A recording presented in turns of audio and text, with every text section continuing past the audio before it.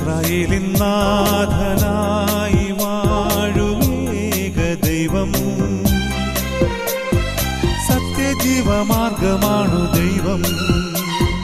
മർത്യനായി ഭൂമിയിൽ പിറന്നു സ്നേഹദൈവം, നിത്യജീവനെ കിടുന്നു ദൈവം.